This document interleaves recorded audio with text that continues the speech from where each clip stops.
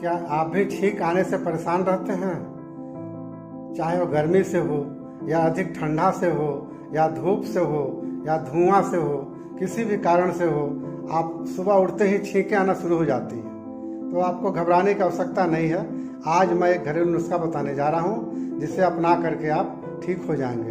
100 ग्राम आपको बादाम लेना है, 50 ग्राम मिश्री और 20 ग्राम काली मिर्च। इसे मिक्सी में पीस करके पाउडर बना लें और गुनगुने जल से 1-1 चम्मच सुबह शाम लें। 3-4 दिन के बाद ही आपको इससे छुटकारा मिल जाएगा।